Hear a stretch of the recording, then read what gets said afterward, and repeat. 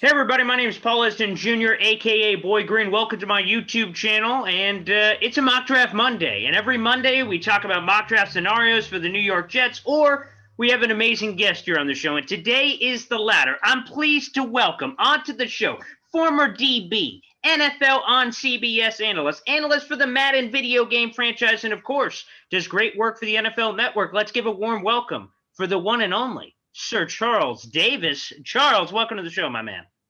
Thank you, Paul. I appreciate it very much. It's an awfully kind introduction there. Far more than I deserve, but happy to be here chatting with you again. And Charles, before we get started, and I say this every time I have the great pleasure to speak with you, I want to give you a special thank you for all the help and generosity you've given to my NFL draft charity, doing work for the Wounded Warrior Project. Every year that I've said, hey, Charles, can you help a brother out? Boom, you've always been there for me. And like I said, every time I talk to you, I have to say that off the top because you're the best.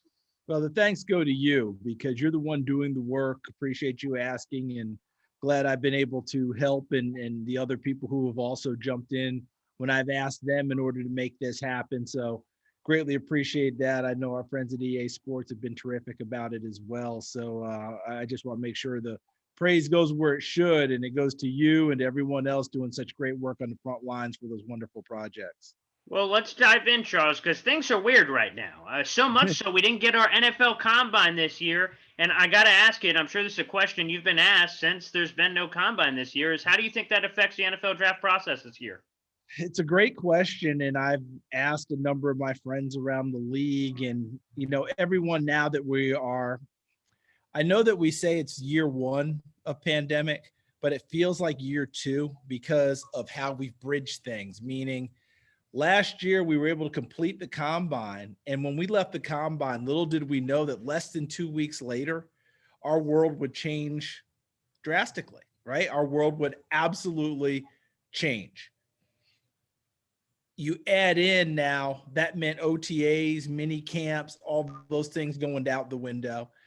It meant changing how you prepared for the draft.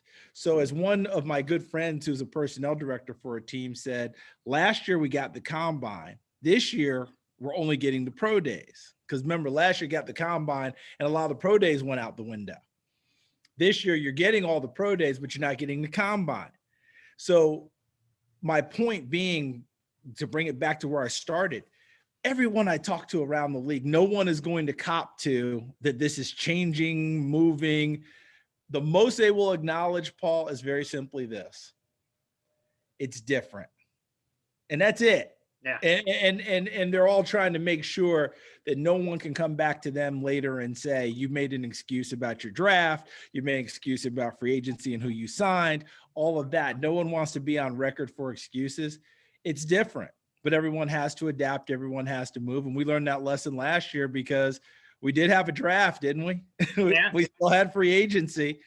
It was different than any other way we've done it. And in some ways, we'll continue to see some of those things continue to exist. This is the way the world's changed for us, whether it's football or anything else. Some of these things that have come out of the pandemic will carry forward with us.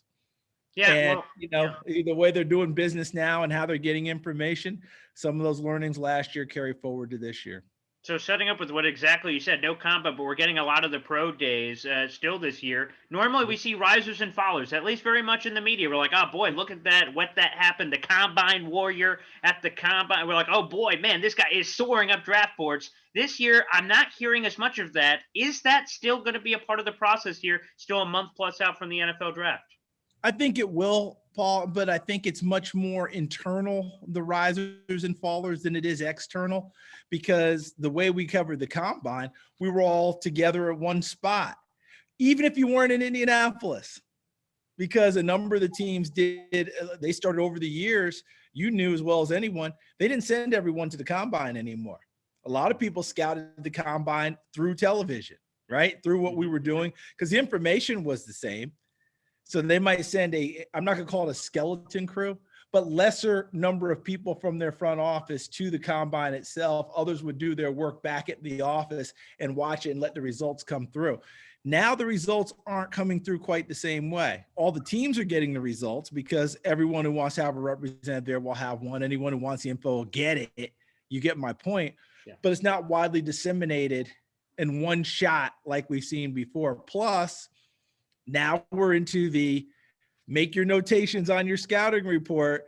This guy ran it on this type of a surface. This guy ran on that type of a surface, where before everything was exactly the same all the way through. So I think you're right about that. There will be risers and fallers, but it'll be on different draft boards as opposed to you and me being able to say, hey, we saw it happen.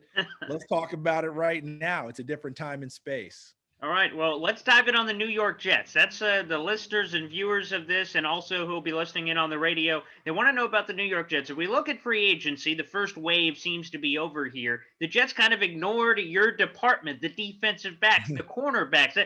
There was no cornerback signed. So obviously it seems like that's going to be a focal point heading into the draft. And thank you to the Seattle Seahawks. The Jets have 2 of those first-round picks this year. So, Charles, who are some of those names? And also that 34 pick, which I got to be honest, I'm salivating over. That's a tasty pick. When you end day one, you reset the board, you kind of sit, probably get a few trade calls here or there, and there's a lot of talent that's always available at the top of that second round. So let me ask you, Charles, who are some names that Jet fans should become familiar with at the cornerback position, whether that's at 23, whether that's at 34, or possibly even later in the draft?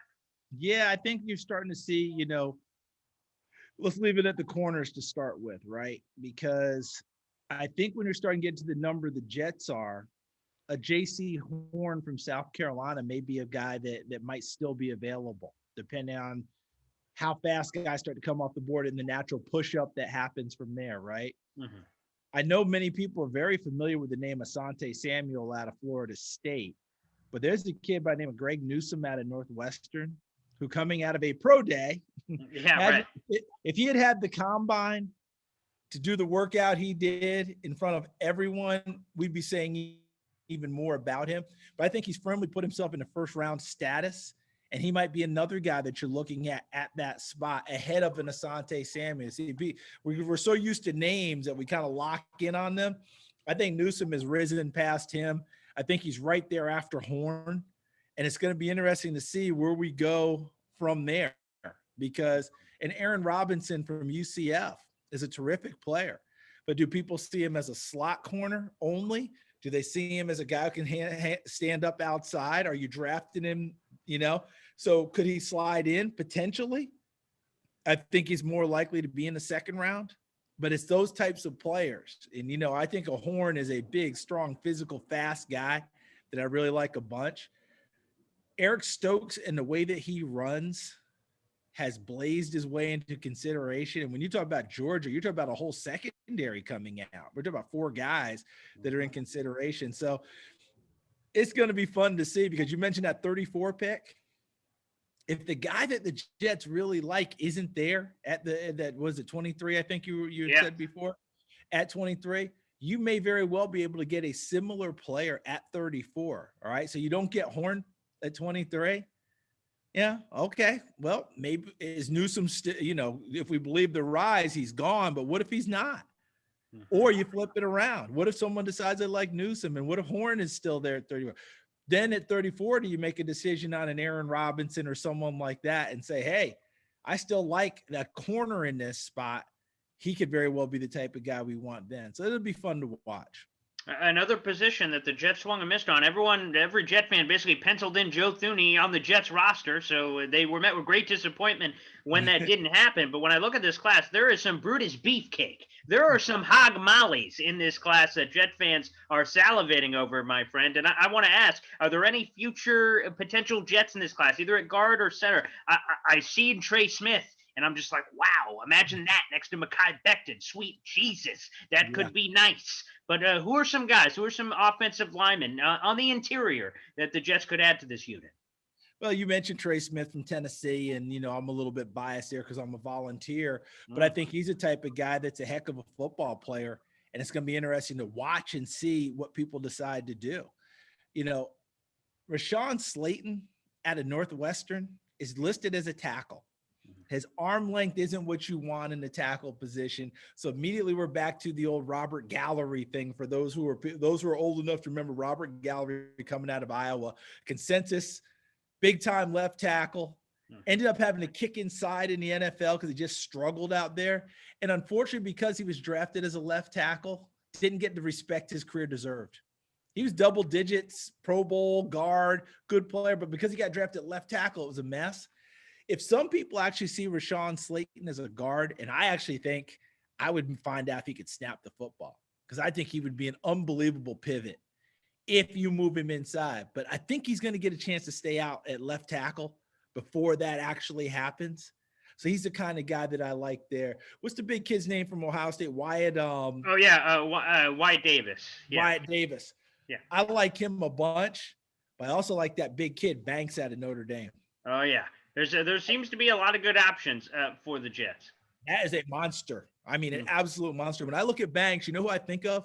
Yeah. Nate Davis over with the Tennessee Titans. Okay. Who ended up going later because remember, Nate came from Charlotte. Right. Okay. If Nate had played at Notre Dame, I think he probably would have been a first-round pick. He was that kind of a people mover, and that's the way I see Banks from Notre Dame as well. All right, let's jump over to defense. Robert Saleh is now the head man with the Jets, and he needs edge rushers for this new 4-3 scheme he's bringing in. They signed Carl Lawson, thank Jesus. They haven't had a guy since John Abraham at edge rusher, so this is good for the Jets, but they need more. Please, sir, Can I have some more? So some edge rushers in this draft. Again, the Jets have a lot of picks in this draft and a lot of picks in next year's draft, and they need to add to that pantry, which quite frankly has been barren for a long time, Charles. Who are some edge rushers for the Jets? Yeah, you're right about that, and it's fun to see because I don't know that there's a flat-out consensus this year. Like, some years you look up and go, that's the guy, right? Here comes Joey Bosa. You go grab him as soon as he comes off the line. Nick Bosa, as soon as he comes off those types of guys. This year, do you like Greg Rousseau from Miami, who opted out last year but had the one big year prior to that? I happen to like his teammate, Jalen Phillips, who stepped in and even took his number last year. Yeah. And I think he's a little twitchier, but his past history might scare you a little because he was dinged a lot, quit football for a while because of the injuries at UCLA. Transfers to Miami and has a big year. Kwity Paye from Michigan. Well, the Michigan guys in recent years, what have we always said about them? Their college production isn't all that great. So what are we actually getting? So Green Bay took Rashawn Gary, right? Are they getting what they want out of that? You don't want to put it on the kid who's coming out now, but teams think this way, right? Okay, this is what we've gotten out of this pipeline before. Who was the young man from Michigan had the heart ailment? Maurice Hurst. He ended up going to the Raiders. Yeah, probably would have been a first-round guy. I don't know that he ever recovered from that, and I'm not just talking about, physically, because you have an image of yourself, and all of a sudden, ding, and the whole deal. Not saying he still doesn't have some great football ahead of him. But we thought he was going to be a first-round guy in the interior. But you go back to these edge rushers, they're all over the place. But which one, I mentioned Paye, I mentioned Rousseau, I mentioned Phillips. Heck, they got a third one at Miami named Quincy Roach. Yeah. That you're going to get later in the draft who can flat out come and get you. So every time I turn around, and, you remember Owa Odigizua, who played for the Giants for a while, and the whole day. He's got a brother, Osa, who's in this year's draft. And people are trying to decide, is he a tackle, is he an end? Well, in today's football, I don't know that you need a designation as much, but he'll be a guy that's not going to be a first-round guy. But he might be a guy you can get in rounds 2, rounds 3, that sort of a deal, who might be a guy who could help supply some things. Again, we're speaking with the great, the almighty Charles Davis here on the show, and it's fantastic. Let's get a couple more in here before we get you out of here, Charles. And let's go to quarterback. Again, the Jets are once again trying to figure out if they want to stick with Sam Darnold, they want to go to the draft route with the number 2 pick. It seems like a lot of people say draft, and I'm going to be honest, Charles, I don't think I've ever been this late in a process, and I've identified a player too. I'm like, the Jets need to get him. Right. If it's quarterback, Trey Lance, Justin Fields, Zach, well, I don't know. I don't have the answer to that question. Charles, help me out. What is the answer to that question? Who should be at second quarterback off the board and likely a New York Jet? Well, if we keep it with the Jets, what happens if you just decide you're going to hold on to Sam Darnold? Then you just accumulate a bunch of picks, and Robert Saleh puts them to work, probably, as you and I have already discussed, defensive side of the ball. Because I think Robert Saleh, coming from San Francisco, remember, he was in Seattle when he cut his teeth there, so he saw how they won. And Russ took it yet in Seattle when Robert Saleh was there. Yeah, Gus Bradley was running the defense. It was the Legion of Boom. It was beast mode running it on offense. Russell making nice plays, throwing it, but the offense didn't run through him. Offense didn't run through Jimmy Garoppolo when they went to the Super Bowl. So he may be of the mind, and I don't know where Joe Douglas, the GM, is on this, but I'm sure they've had continuing to have plenty of discussions. Hey, if we beef up the rest of our team, we can do a better job with Sam Darnold. I mean, there's a reason he went where he went in the draft. It wasn't just because everybody thought, which is something, Paul, I think we need to talk about very quickly here. Yeah. When a young man struggles like a Sam Darnold does, everyone, he's a bust, he's this, he's that, and what have you. And an old sage told me long time ago, and it was such great advice. The old sage said, okay, always remember when that person was drafted, what would everyone else have done if they were in that spot? Make a decision and think about that. He said, now you have those outliers. Okay. You're probably not old enough to remember this, but the Giants drafted a kick returner out of North Texas State named Rocky Thompson in like 1974 in the first round. I don't know anyone else would have even come close to Rocky Thompson. Yeah. That's a mistake, right? You take it here. If the Jets don't take Sam Darnold, but someone else in that spot, are they probably going to take Sam? Yeah, they're probably going to. Peyton Manning, Ryan Leaf. That was a year that whoever went one, the other was going to. Yeah. The Colts took him. Chargers took Leaf. Bad pick, as it turned out, but most of the teams would have done that. So that's why I don't think the Jets have totally given up on the idea that Darnold can be their guy. I think they've been in contact with him every step of the way. But let's say they decide they really like one of those other quarterbacks. I have fallen in love with Zach Wilson, his playmaking ability. I don't worry about the size as much as other people do because I saw Jeff Garcia flourish in this, in the league after he came back from Canada. I feel like they're similarly built, similar type, and I think this kid's more talented. The injury stuff that he had, yeah, he had it, but you go back, that was 2 years ago, essentially. And he played an entire year with a bad labrum and a broken hand and tried to play through it. This kid's got some toughness to him, and he's a football rat. And there's a lot of Joe Burrow in him, I think. People see Burrow's rise as like whoosh, right? Yeah. They see the same thing with Zach Wilson. I really like him a bunch. Trey Lance, we're going to get into the number of starts. We're going to get into Division I AA. Remember this, Paul, and you probably already know it. Trey Lance has the same number of starts in college that Mac Jones at Alabama does. Mm-hmm. Same number. I know it's different ball. I get that. I'm not stupid, but it's the same number of starts. And by the way, this is what we're going to deal with year in and year out nowadays with kids coming out early. This is something we didn't deal with 5 years ago, 10 years ago. We're dealing with it now. So the old quarterback formula Coach Parcells had, we can't just rely on it because kids will come out a little bit earlier. And then look, Justin Fields is a tremendous playmaker. A lot of people are going to like him as the number 2 quarterback, and I can understand why. For me right now, Zach Wilson's my number 2 quarterback. Trey Lance is my number 3, and Justin Fields is my number 4. So, and it's just, it's a hair's difference in different ways. But I feel like Wilson's playmaking ability and a bigger arm than he probably gets credit for, that helps me a lot. Plus the way he rallied the team this year in a big way. I mean, they were so close to being right there in the college football playoff. Yeah. Then you throw in Fields. Not Fields, but Lance. Mm-hmm. I just look at Lance, and I see a more athletic Dante Culpepper at the top of the deal. Big arm, big field. This guy can flat out go.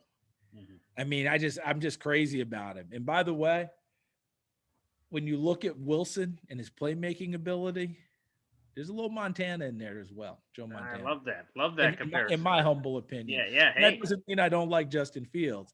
Just means I like these guys a little bit better than him.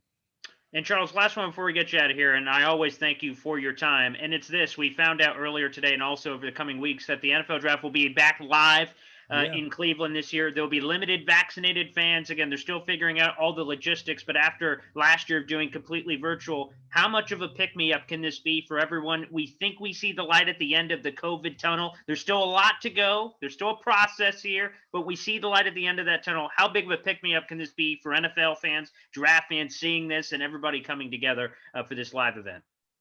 Well, I think you stated it perfectly. It's a great pick-me-up, and it's another marker, right?